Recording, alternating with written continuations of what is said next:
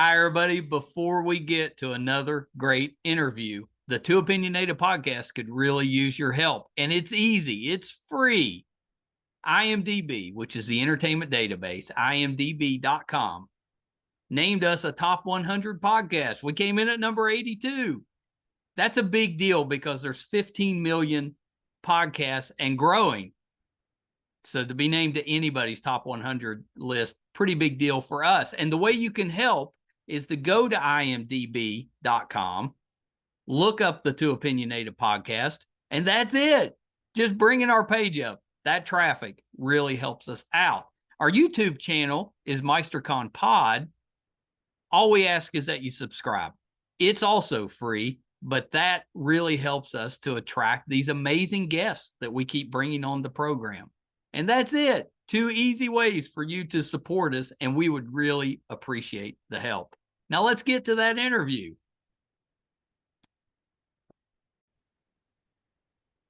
Hi, everybody. Welcome to another edition of Two Opinionated. I'm so excited today. I've got criminologist, forensic psychologist, author, John Brady with me. So welcome, John. Yeah, thank you for inviting me. I appreciate it. Yeah, I'm excited to talk with you, and let's start this way, kind of an introduction, because you've written several books. Talk a little bit about your background and how it translated into where you were talking with or writing about people from the entertainment world. Well, I've written a number of books about different facets of criminal behavior. Yeah. I mean, one of those was written on 3 people that stole $500 million to buy hockey teams. They were kind of deluded and thought that they could really become very important by stealing this money to buy hockey teams. So that was a kind of a white collar criminal. It was such a large amount of money, though. Well, that's right, but they also had to overcompensate for poor self-concepts in what they were doing. So one of them actually was a Hollywood producer who produced Mr. Mom, Really? Weekend at Bernie's, Yeah. So he was already a multimillionaire, but he decided to steal $256 million from a French bank and buy the LA Kings hockey team. So from the cases, I merged into looking at homicidal cases when I was a graduate student at UC Berkeley. Those cases were highlighted by the case of Sirhan, who was the accused and then convicted murderer, assassin of Robert Kennedy. Right. So that started my interest in criminal behavior at the homicidal level. Was the Sirhan case, where the major defense psychiatrist was also my advisor at Berkeley. So I had inside information concerning the psychological testing and assessment of Sirhan at the time of the trial that later became very confused. And then he was convicted of first-degree murder, and he should have never been convicted of first-degree murder. At the most, he could have been convicted of second-degree murder, which would have negated the death penalty sentence. Right. Yeah, and we have to get into that and into the book, because I've got some questions for you. So when I have to send you a book too. Yeah, I'd appreciate that. I got to get you a book, so you have to send me your physical address too.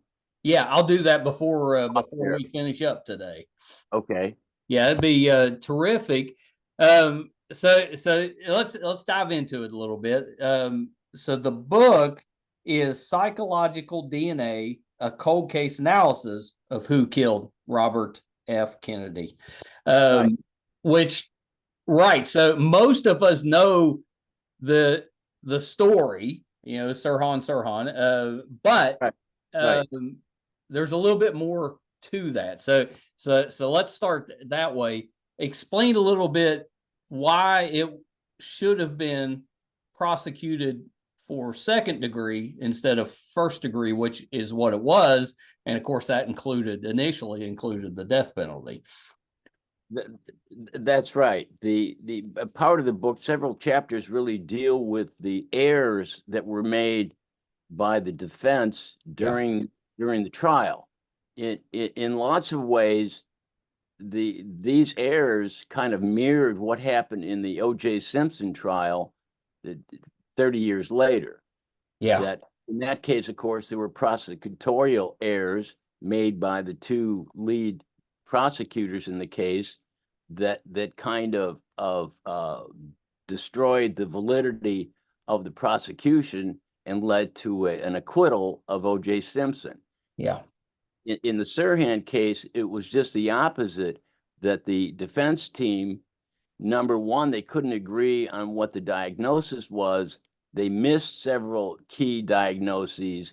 The chief diagnosis, which was a multiple personality or a dissociative reaction, right, was missed.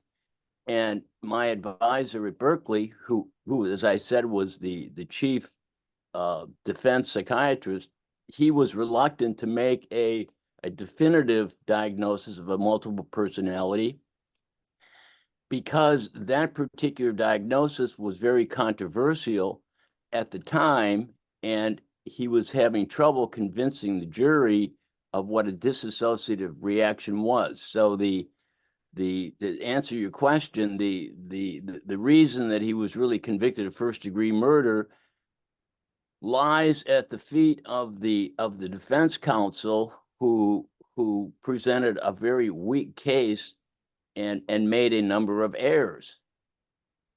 Yeah. Well, and so if they had presented correctly, they would have been arguing more for the lighter sentence based on his mental capacity. I'm guessing. Is that correct?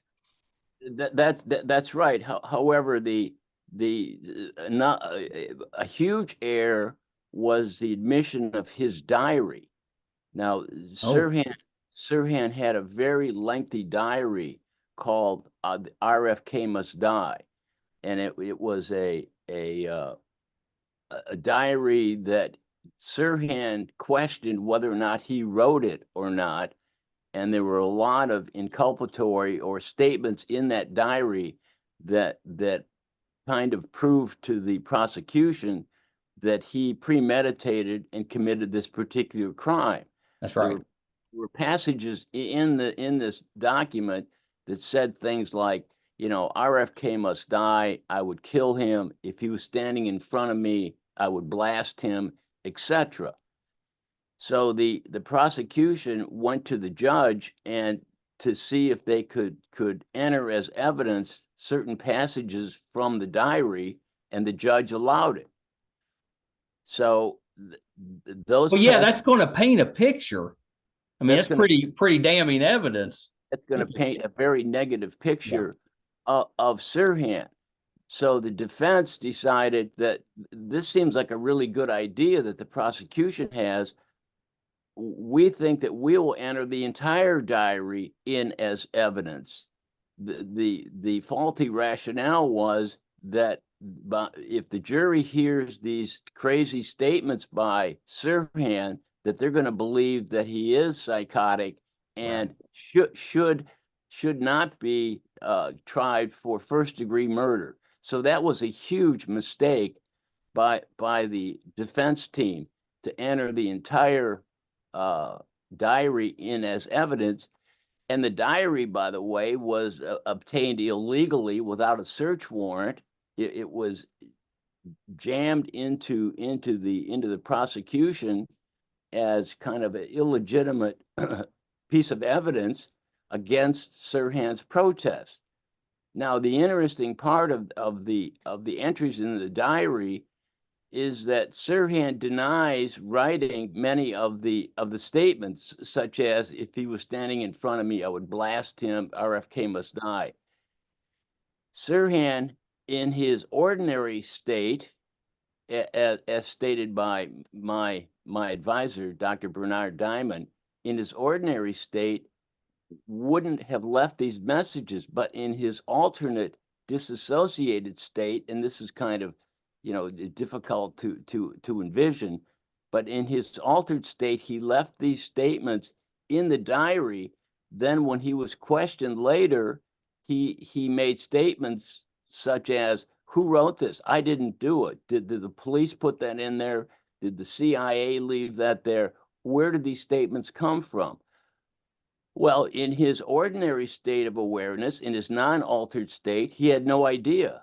Right. So this split in his personality, Dr. Jekyll and Mr. Hyde, figures prominently into the case, and it was never properly conveyed to the jury.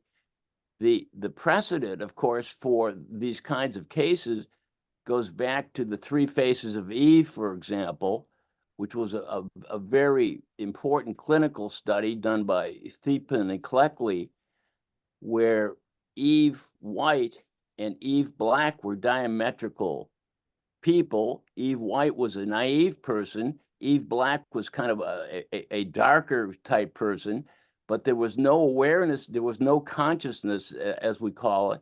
There was no co-consciousness between the two parts of the personality. Eve Black knew about Eve White, but Eve White didn't know about Eve Black. Eve White had an inkling that something was happening to her, particularly when she was losing time. Right. When she lost time, then Eve Black was ascendant and what was operating as a separate personality. With Sirhan, you have the same kind of situation where these messages, these writings, incriminating statements were made by the altered personality in this diary. And when Sirhan read them, he was furious because he had no recollection, or he was amnesic to writing these particular statements. So his situation was pretty much like the Three Faces of Eve, where there was no co-consciousness between the two differing personalities. The one which was a positive personality, the second one was more of a dark evil personality, where he had acquired all of these negative feelings towards Robert Kennedy and wanted to eliminate him because he saw him as an enemy to his people, the Palestinians. That's right. Well, so is it what caused him to switch from personality to personality? Was it something? Does it have to be something kind of dramatic, or is it something more subtle that would cause it? No, that's a good point. Every case involves trauma. Every case involves psychological trauma. It involves a series or a sequence of events that take place in a person's life that are so impactful that they can't reconcile them in their ordinary state of awareness. So they create a secondary personality as a refuge, perhaps, to escape these kinds of bad conditions.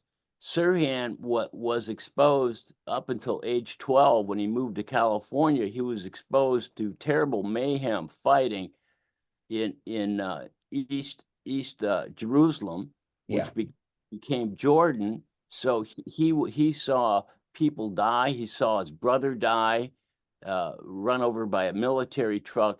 He saw the Israelis who were punitive, and they were killing his people. He saw the British mandate soldiers that were there. He saw bodies blown up. He saw people dead on the street. So he had this fantastic array of traumatic experiences, which led to the separate personality. Now, one of the diagnoses that I make in the book is what's called the identification with the aggressor. So instead of rejecting these negative aspects of what happened, and by the way, what he experienced is very similar to what's happening in Gaza today. Right. It's a situation. It's the same kind of perceived persecution of the Palestinians by the Israelis. It's the same thing, the bloodshed, although there's more people killed today. So with Sirhan, as I said, instead of rejecting this, he incorporated these negative attitudes, feelings, beliefs, and behaviors from the aggressors into his own separate personality. So he created an alternate personality, which is the Dr. Jekyll, Mr. Hyde situation, the split personality, where he had these negative feelings that, starting at age 12, continued throughout his life. The next diagnosis that really answers your question is he then satellised or connected with President Kennedy. He admired President Kennedy. He thought President Kennedy was a wonderful person. Yep. He transferred these feelings to RFK later, after the assassination of President Kennedy. He transferred these feelings to RFK, and he made statements, positive statements, such as, he was my hero. I respected him. I almost loved him. When he first saw Kennedy, he said he was beatific. I saw almost a halo around him. He was my hero. He was my savior. This went on for a period of months until RFK decided that he was going to support Israel against who? The Palestinians. Right. Who are the Palestinians? The Palestinians are his people. So Sirhan was deeply committed to the ideology, not necessarily of violence, but of preservation of the Palestinian people, which is similar to what's happening in Gaza and Rafah, in the whole West Bank situation today. So he transferred these feelings of love, suddenly shifted into a retributive situation where he had to retaliate against the person who he perceived was against his people, the Palestinians. This diagnosis is called erotomania motivated murder. It wasn't available in 1969 when the case was tried. It's a later diagnosis that was carved out by the FBI profiling team in Langley, Virginia. So he initially loved this guy. Then when something happened, he shifted his allegiance, and it became a negative situation where he had to eliminate what he perceived was his natural enemy. In the book, I go into Mark David Chapman, who was the assassin of John Lennon. Right. Later in time, but Mark David Chapman has similar personality characteristics to Sirhan. He loved John Lennon. He wanted to look like John Lennon. He made statements, I want to be John Lennon. I want to be a Beatle.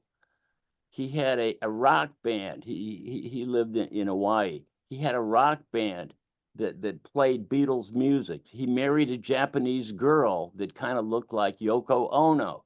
So he had this fatal connection or attraction to Lennon, and until Lennon decided that he made the statement that the Beatles and he in particular was more important than Jesus. Well, Chapman was a born again Christian. He had very, very deep Christian values, and he saw this as a rebuff against everything he believed in. His erotomania syndrome, then, in essence, he shifted from one of loving Lennon to one of rejecting him and seeing him as being a fraud, and he had to eliminate him, and that's exactly what he did when he shot him in New York. So these two cases there's several cases in the book where this erotomania shift takes place, and this is what happened with Sirhan.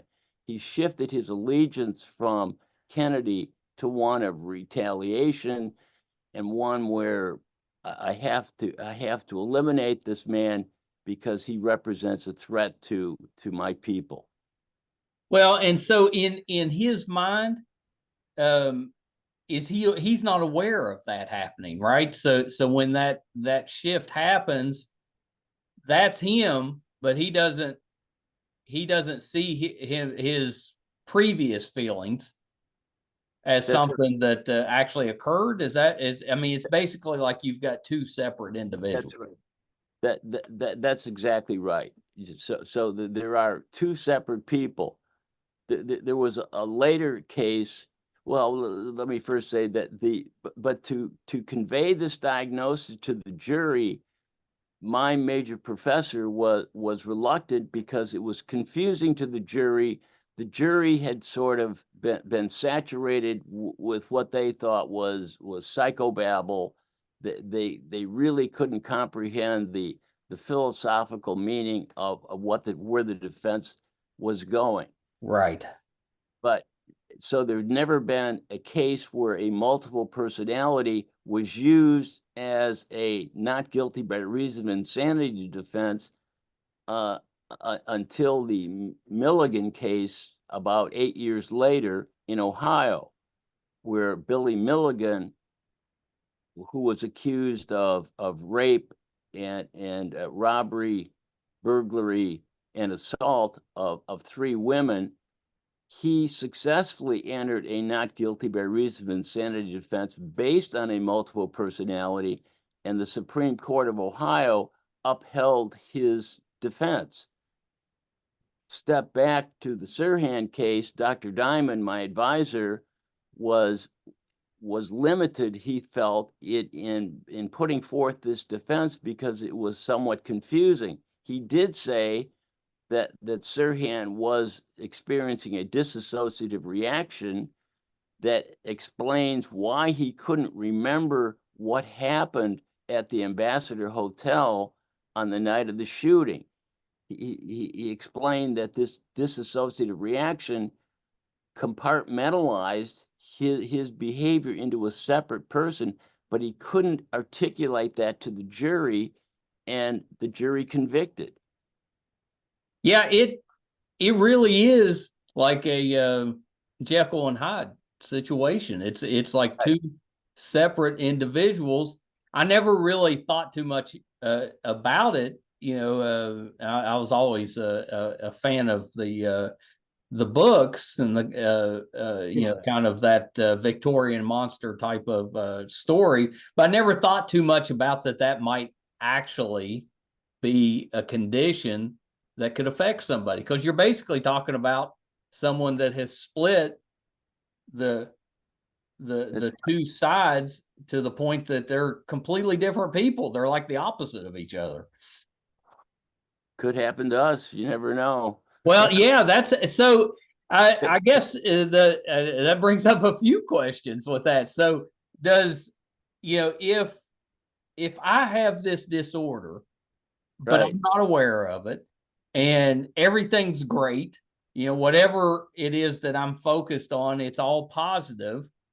Are there signs that might indicate that there's a danger that switch could occur, or do is there no way to tell it ahead of time until it actually the switch happens? Well, the best prophylaxis or preventative is to reduce childhood trauma. Yeah. If you have no history of childhood trauma like Sirhan had, like other people that have had multiple personalities, if that is reduced, that also reduces the probability that you're going to have an occurrence of a multiple personality or a dissociative identity disorder developing. With Milligan in Ohio, he was abused, sexually abused, beaten by his stepfather, brutalized, and he created several other personalities that during his trial he attributes the crimes to. The rapes, he said, were done by Reagan, one of his altered personality types, and another personality that engaged in kidnapping. So his situation was kind of like Sirhan's in a way, but the defense counsel in his case, starting out with a public defender, articulated his situation much better, and he was acquitted of first-degree murder and ultimately confined to a psychiatric hospital where he was later released and did some other negative things. But his personality then, the separate personality, was definitely promulgated based on trauma. So to answer your question, how do we know? We have to trace back the criminal sequencing of events and go back to the childhood situation to see whether or not there's trauma, or whether or not, if there is trauma, whether that trauma causes that person to become not only a victim, but later to become a perpetrator. For example, in sexual abuse cases, 9 chances out of 10, the abuser was abused themselves. Right. So they begin to, as I said before, they begin to identify with the aggressor or the oppressor. And this psychological concept was pioneered by Anna Freud, who was Freud's daughter. Yeah. And she looked at behavior in concentration camps, and she saw that many of the Jews, not many, but some of the Jews who were confined in concentration camps began to assimilate the values, the behavior of the SS guards, and they became what they feared the most. And this is what happened with Milligan. This is what happened with Sirhan. He incorporated this stuff.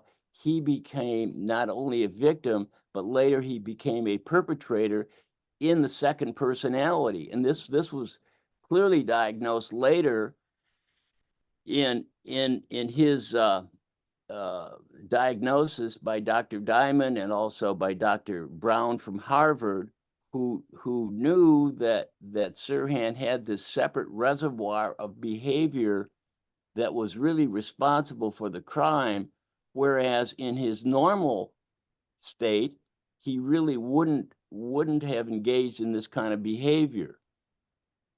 Yeah, well, yeah, and that makes sense. It seems like if you were defending somebody that had committed a crime that had this disorder, it would be difficult to prove that that was the underlying cause of the crime. That's right. You can't prove a negative. So yeah, so it's all based on history, on the person's individual history of why, how they got to this particular point where there was this split. And there in the literature, there's no question that these cases involve trauma. They involve people who are subjected to trauma, who instead of rejecting it, they become part of the traumatic syndrome, and then later act out their own violence against a targeted person, such as Sirhan shifting from his love for Kennedy to an admiration to one of, he wants to eliminate him because he sees him as being an enemy to himself and to his Palestinian people. So, there's a lot of conspiracy theories out there about him shooting Kennedy. To me, though, it doesn't sound like, I've heard those theories that there was a second person, the second shooter, that type of thing. But to me, it just sounds like he had this split and he actually committed the crime. It just was in a different personality than his normal personality. Is that kind of how you look at it, or do you give some credence to some of these other theories? So no, that's a good question. I've been asked that before. There's obviously there's something that happened in that ambassador pantry that night, and there's no doubt that Sirhan was there. Now, he did fire 8 shots. There were 8 bullets that were found. Some people say there were 13 bullets fired. Some people say there were more than that. The coroner, Thomas Noguchi, kind of equivocated on his ultimate diagnosis or ultimate analysis of the crime scene. Yeah. And he said that Kennedy was shot 4 times. 3 shots hit him. The most devastating was one to the mastoid area, or this area right here, on the right side of his head. 3 others went to the right side of his body. The 4th passed through his jacket, harmless. But there were 5 other people injured at the time. So the bullets from his .22 revolver were found. He fired something, you know. So whether or not there was a second shooter is an important issue, because RFK Jr., for example, he went to the Dunham prison in San Diego, California State Prison, and interviewed Sirhan. And after a lengthy interview, he came away with the feeling that he didn't fire the fatal shot that killed his father, which propagates a conspiracy, or more than one person, let's say. So RFK Jr. interviews Sirhan. He comes away and he said that, I agree with him, that Sirhan is being held as a political prisoner. After his interview, he hypothesizes that it was a security guard standing next to him that fired the fatal bullet from a .38 revolver, not the .22 that Sirhan had. So he said the fatal shot was shot by this rent-a-cop security guy, Thane Cesar. To follow up RFK Jr.'s analysis, he contacts Cesar. Do you know this story? Or? I know parts of it, but continue. It's a pretty interesting story. He contacts Cesar and he wants to get the story from the horse's mouth, so to speak. He wants to get his side of the story, even though Cesar has given interviews. He passed a lie detector test where they asked him, "Did you shoot Kennedy?" Comes back okay. So RFK Jr. wants to find out and have this conversation with the guy who he thinks shot his father. Yeah. Starts negotiations with him, and Cesar wants $25,000 to do the interview. So for Kennedy, that's not a lot of money. Maybe for me, it would be a lot of money. Right. But for Robert Kennedy Jr., it's not so much. Robert Kennedy Jr. balks at the situation of paying him the $25,000. Then, and this is pretty recent history, maybe 3 or 4 years ago. So Cesar then disappears and he goes to the Philippines. He had a Filipino girlfriend, a Filipino wife. He disappears to the Philippines, and the next thing we know is he's dead.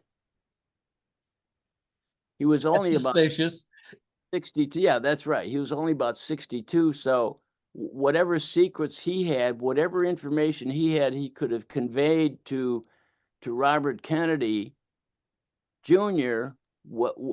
Died with him.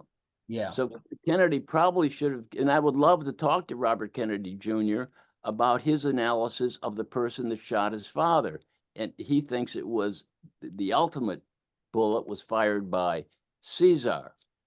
So when Kennedy interviewed Sirhan, my read on the case is that he had interviewed his ordinary, likable, nice personality. Right. That the affable Sirhan, that was very polite, and he's been in prison 53 years at that time. So he's prisonized, he's not violent. He comes across very affable to Kennedy. The theory is that Kennedy's not talking to the person that killed his father. He's talking to the ordinary, unaltered Sirhan. if you go back to the Billy Milligan case, the psychiatrist that interviewed him concerning his complicity in the crimes of rape, kidnapping, etc., when he interviewed him, and later Milligan was interviewed, and he said, "You interviewed the wrong person. You didn't interview the personality Reagan, not Ronald Reagan, but Reagan, R-A-G-A-N. Reagan is the person that committed the rapes, not the person you interviewed." So the doctor was kind of confused also. And I think that Robert Kennedy Jr. could have been misled, put it that way, misled by the content of the information that he got from Sirhan, because he's talking to the nice Sirhan, Right. not the Sirhan that committed the crime, similar to the Milligan alter personality that the doctor, also a Dr. Brown, who interviewed him, he interviewed the wrong person. At this point, does Sirhan believe himself to have this condition, or is he still just, I didn't do this? I think there's enough evidence from the statements he's made concerning his being in trance states that he does believe that something happened. In prior to the assassination, he drifted into kind of mystical occult studies, Rosicrucianism, Madame Blavatsky, into this kind of strange occult awareness stuff. He used the Rosicrucian experiments to produce this altered state. He had candles set up where he would candle gaze. He would mirror gaze with lights flashing. He thought he could control the color of a candle by his will. He engaged in telekinesis, that he thought he could make an object move. He thought he could have thought transmissions. He tried to transmit some thoughts from himself to his mother. So he had this deep commitment to the occult, Yeah. whereas all along his ordinary personality is trying to figure out what is happening to me. Why am I having these lapses in time? Why Right. am I having these experiences? So you have to have empathy with this man who was trying the best he could to figure out what's happening to him, and that was never realized.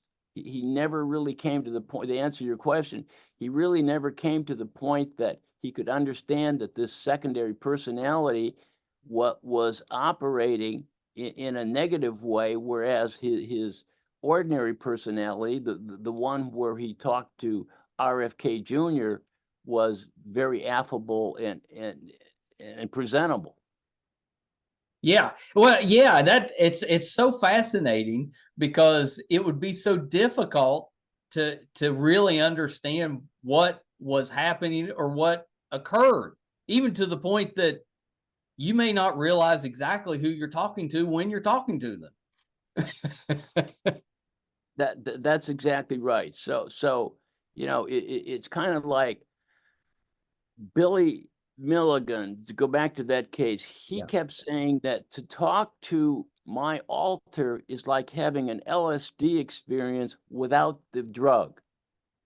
Yeah. So I could project myself into this altered state, and psychedelics can do the same kind of thing. They can induce an altered state of awareness, which mimics a multiple personality or dissociative state also.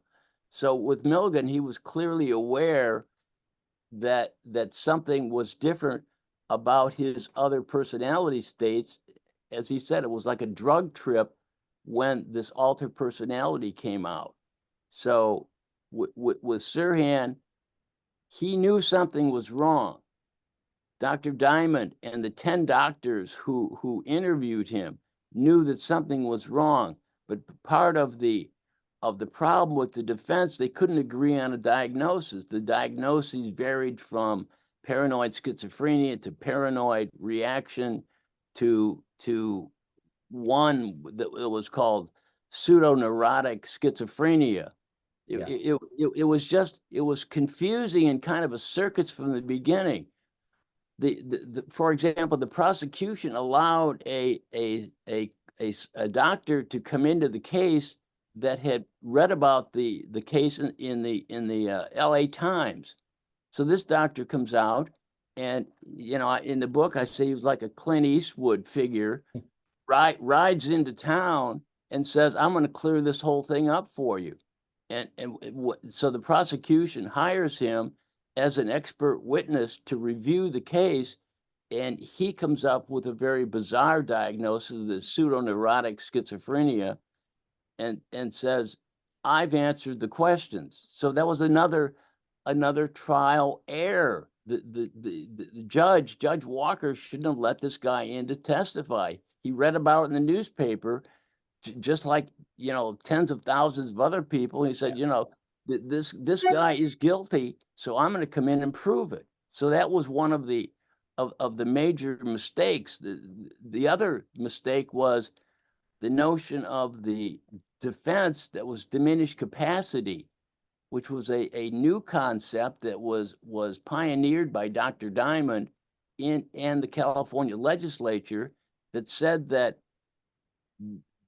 there's a linear reaction to responsibility, that if you're psychotic, you're not all irresponsible or non-responsible, and if you're not psychotic, you're completely responsible. So he said somewhere in the middle ground is what's called diminished capacity.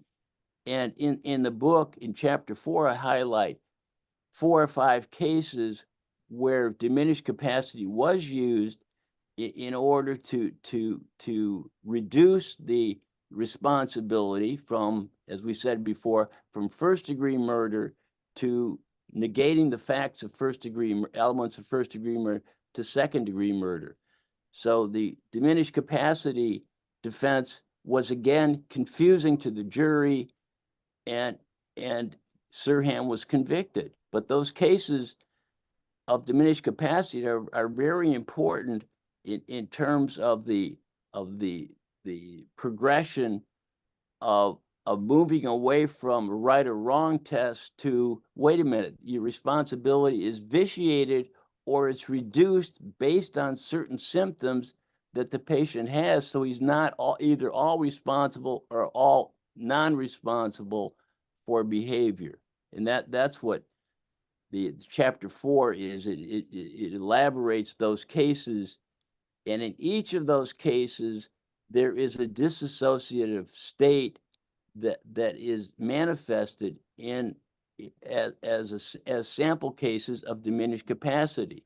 For example, the Bassett case, that was a very interesting case, which was a double murder case where this young man, 18 years old, murdered his parents. It was kind of like the Menendez case, Right.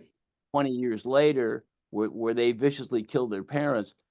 But in the Bassett case, he had a separate personality that was responsible for, that started very early in his life, that was responsible for killing his parents. That defense reduced his, and that's what Dr. Diamond was hoping for, that reduced the charge from first to second degree murder, even though Bassett had said some very incriminating things, just like Sirhan's alter said. Right. Bassett said things like, "They were crumbs, they had to die. I knew I wanted to kill them from age 8." Okay, so his alter personality, called Christopher, that he developed early on in life, was the repository of this negative behavior that led to his parents' double murder. Yeah, I think the whole diagnosis is so interesting. I mean, it sounds like something you would watch in like a science fiction movie. Yeah.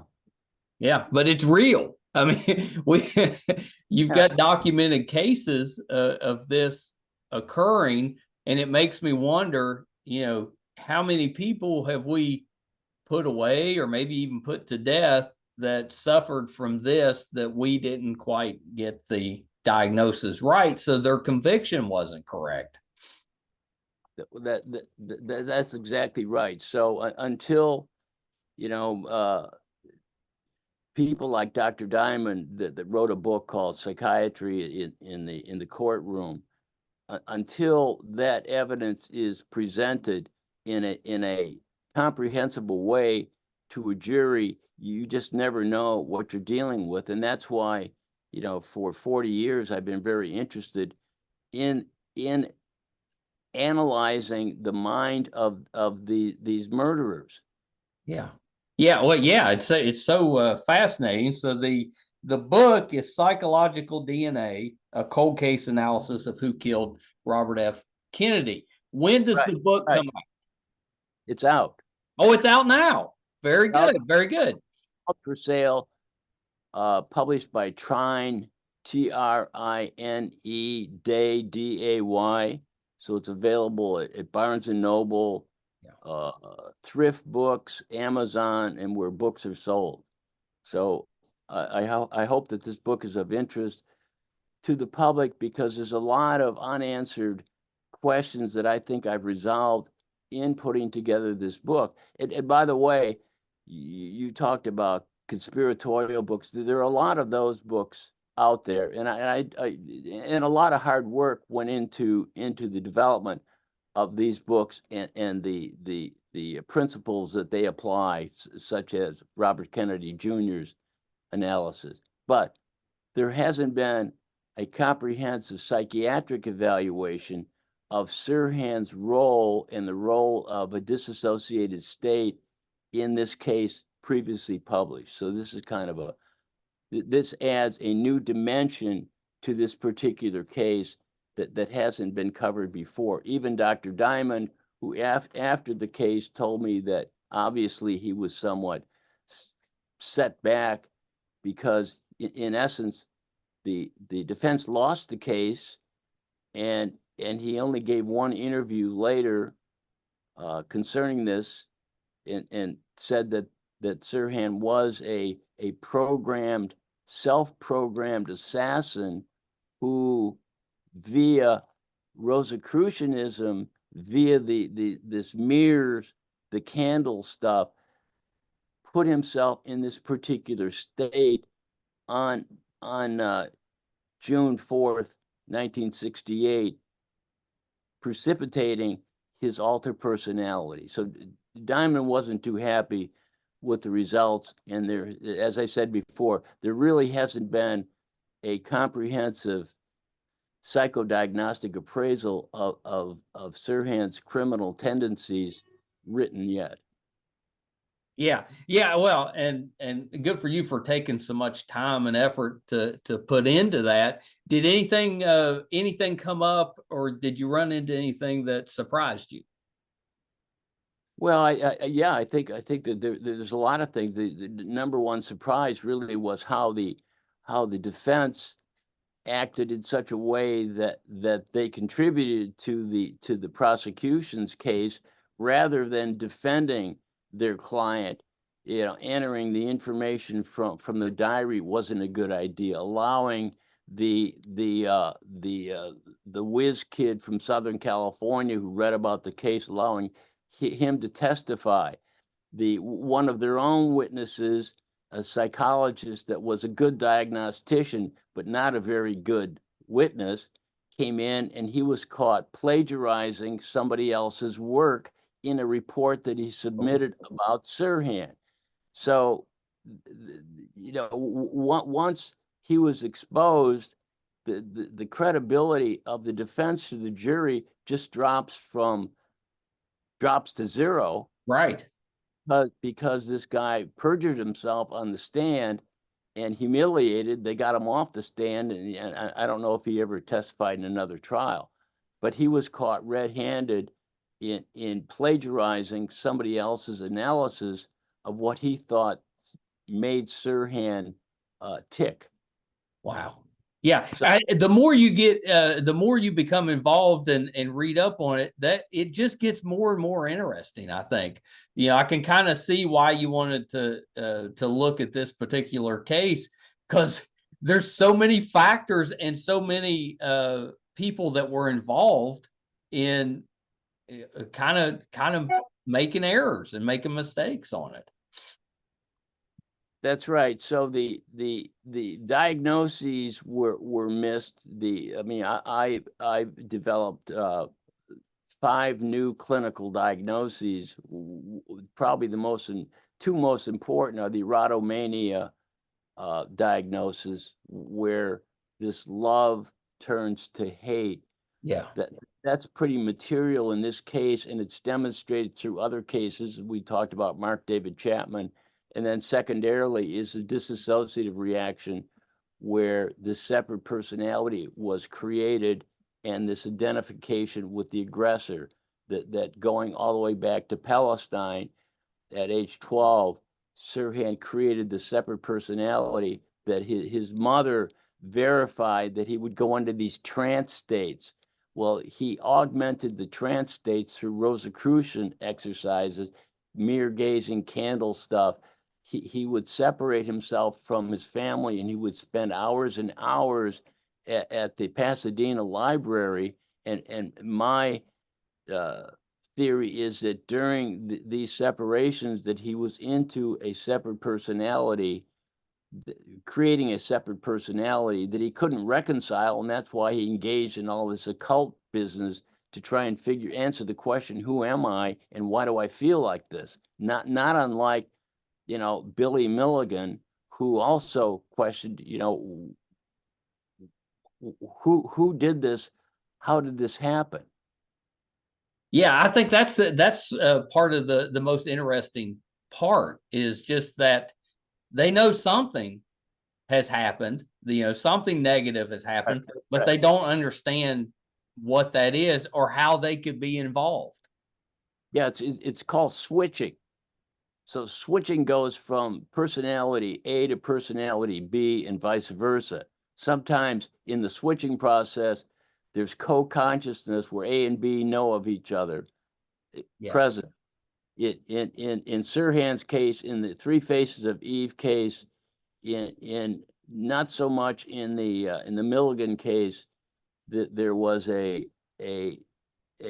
non-communication pattern between the two. So Sirhan left this information in his diary. The altered personality, according to my theory, left these messages in his diary. And I liken this situation to Crime and Punishment, where Raskolnikov dropped these hints to the prosecutor and wrote, and to his girlfriend, he wrote these subtle clues and cues to the case, where he was really communicating to himself that he was the murderer of the 2 women, the pawnbroker and her sister. So I bring that out as a kind of an analogous situation, where Sirhan's alter evil twin, so to speak, was leaving these messages in the diary, and the unaltered Sirhan read these and said, what does this mean? I can't let anybody see this. So when the police seized the diary, he was absolutely outraged, and he said that if the diaries are entered into evidence, I'm going to plead guilty, and I want to be executed in the gas chamber.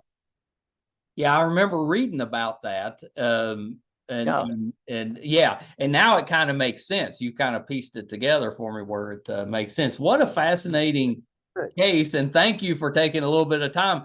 We're done, huh? Well, you're going to have to come back, because we're going to have to keep going. There's so much more we could talk about with this. It's such a complicated case, and I think part of the reason it's still so relevant is that he's still alive. He's still sitting in jail. I saw he just got denied parole a year ago. Yeah. Well, he was paroled, but the governor, Governor Newsom, has vetoed his parole. So I've spoken with his appeals attorney, and she told me that they're going to challenge the validity of the legislature's ability to empower the governor with the authority to veto what the parole board says. So the recommendation, and this is in the last chapter, the epilogue. Mhm. The recommendation, the parole board, is that this guy isn't a danger, and it's my recommendation, and also RFK Jr.'s recommendation, that he's not a danger, he should be paroled, and he's being held as a political prisoner. Now, I understand Governor Newsom's position. It's a political hot potato. Sure.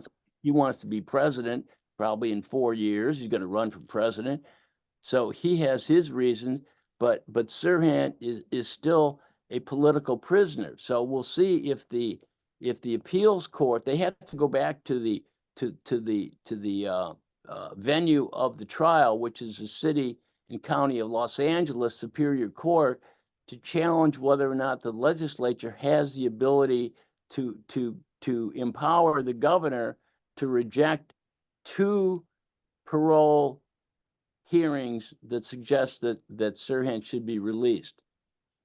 Wow. Yeah, it's such a fascinating story. So if we want to go beyond the book, we want to know more, we want to know more about the work that you do, where can we find you on social media? Is there a website, or are you on Instagram, all that? Facebook, LinkedIn, my website, which is John C. Brady. There's Trying Day, the publisher has a pretty good bio on my other books. We started out talking about embezzlement and white collar crime. I've written a lot of books about big pharma's role in hooking people on psychiatric drugs. That's kind of an interesting topic, particularly with women that become addicted to prescription drugs when they really need them, particularly women who have committed crimes and they become incarcerated in the California prison system, which is not unlike the other prison systems. And in order to control them, that they are given certain kinds of psychiatric drugs in order to flatten out their behavior. So that's kind of a fun book. It's called Klepto-Bismol. Yeah, I like the title. Yeah. which is about shoplifters, people that steal, they get women that could put in prison, and then they become more, then drugs become more available to them. Some of these women told me drugs became more available to them than they did when they were on the street in a big city in California. Wow. Yeah, that's so fascinating, sir. You'll have to come back so we can talk some more about this. But I absolutely love this conversation. Can't wait to read the book. Meet in Wheeling. Where are we going to meet? In West Virginia somewhere? Oh yeah, you got Wheeling. Be great. I got family up that way. We can go over to the St. Clairsville Mall there. I would go have a couple of beers and play John Denver, right? Oh, that's right. That's right. I'd love that. It's a date. Yeah, or you got to come to California. What's left of it, it's still beautiful. They can't take away the natural beauty. No, that's right. That's right. Yeah, my wife works for Live Nation. We're out. She's out in LA about every month, but I come out several times a year. Well, if you get to Northern California, Santa Cruz, which is probably the pearl of Northern California, the little beach community, we'd love to see you. And I'd love to come back and talk about Sirhan or other cases too. Oh yeah, anytime, sir. Yeah. I'd love to have you back because there's just so much to discuss, and it's also interesting. Yeah, and we have to come back and we'll talk through the celebrity shoplifting, all of that. That'd be terrific. But I really enjoyed this, and thank you so much for the time. It's been terrific. Oh, I enjoyed it as well. I look forward to a subsequent interview. Be Absolutely. A lot of fun. Yes, and I'll send you whatever books, no charge. Oh, thank you so much, sir. That's so generous. I'd love to read them because the psychology part of it I find so fascinating. So your background is in what, law or what? No. My background is actually in call centers, if you can believe it. Spent 30 years running call centers for DirecTV and Ticketmaster and all of that. My son came to me wanting to start a podcast together. And I was like, yeah, I can do that, just as something to do with him. And then it took off. And here we are. It's been 5.5 years, and now this is what we do. Hey, that's great. And you can do it from home, right? And we do it from home. We've got once it kind of took off, we bought a building and put a studio in it, but it's 5 minutes from the house. So it feels like I'm going to work, but I'm just jump in the car and then I'm out. 5 minutes later, I'm at work. Fabulous. You know, I mean, that's a good success story, really. Yeah, it's been a blessing and surprising, because we'd have been happy just spending time together if nobody was listening. And then, we got an audience. So yeah, we're very thankful for that. Kind of humbled by it. Yeah, well, that's right. Yeah, I'm humbled by the experience of being able to communicate this information, because, like I said, there really hasn't been a psychiatric book. There's been a lot of conspiratorial books, and they're all fun to read. I mean, and I've read them all, and I pay attention to them, because these people are sincere in their effort to prove that there were multiple shooters, Right. such as RFK Jr.'s analysis, but they don't really approximate the real understanding of the psychiatric nature of the case that I tried to address in this book, going through the trial, going through the defense. There's 6,000 pages of the trial transcript that I had to review. Amazing. Yeah, it was fun. Yeah, that's not fun. That could be a little dry. But once you reach one of those little diamonds of information, it's really self-rewarding. You say, I can't believe he said this. That happened. A cross-examination. This witness said that. So it was really. I mean, that's what a forensic psychologist that writes these books has to face every day. Is you have to dig out the facts. Yeah, absolutely. And it takes a skill, I think, to be able to dig through that. Most of us, our eyes would just glaze over and we'd be done. I hope you don't feel that way after I send you my book. No. I think the way you explain it, it's very understandable, kind of relatable. You kind of break it down to more of a the layman's terms, and it makes it so much better. Yeah, can't wait to read the book. And once I do, we'll talk some more. Yeah, that's good feedback, and I appreciate your commentary on my presentation too, because the important thing is that to get the word out, not to be erudite and to lose the audience, but to present it in a way that they can understand the dynamics of what constitutes an assassin. Yeah, and I think you do such a great job, not just with this book, but with all your books. I think that's why they're so entertaining, and you learn something while you're doing it. So thank you so much, sir, and definitely we will do this again. But this has been a fun hour. Yeah, thank you so much. And it went pretty fast. Thank you so much. Oh, you're so welcome. Yeah, hold on 1 second. I had the best time, Dr. John Brady. The book is Psychological DNA, a cold case analysis of who killed Robert F. Kennedy. It is worth your time. Meant what I said. I think he breaks it down kind of to our level, so that we can really follow, what is a pretty deep psychological analysis from John. So really, really good. And if you're a history buff like I am, it's pretty fascinating to take a look and a fresh set of eyes, so to speak, on a case that the majority of us are very well aware of.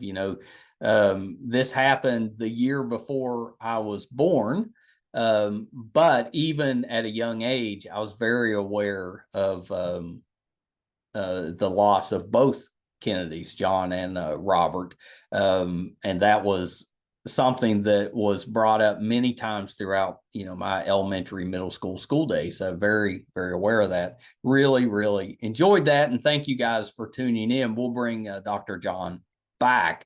Our website's meistercon.com. Please check us out there. Our YouTube channel is MeisterCon Pod. Please subscribe. Really appreciate the help. Thank you guys so much. Till next time. Bye, everybody.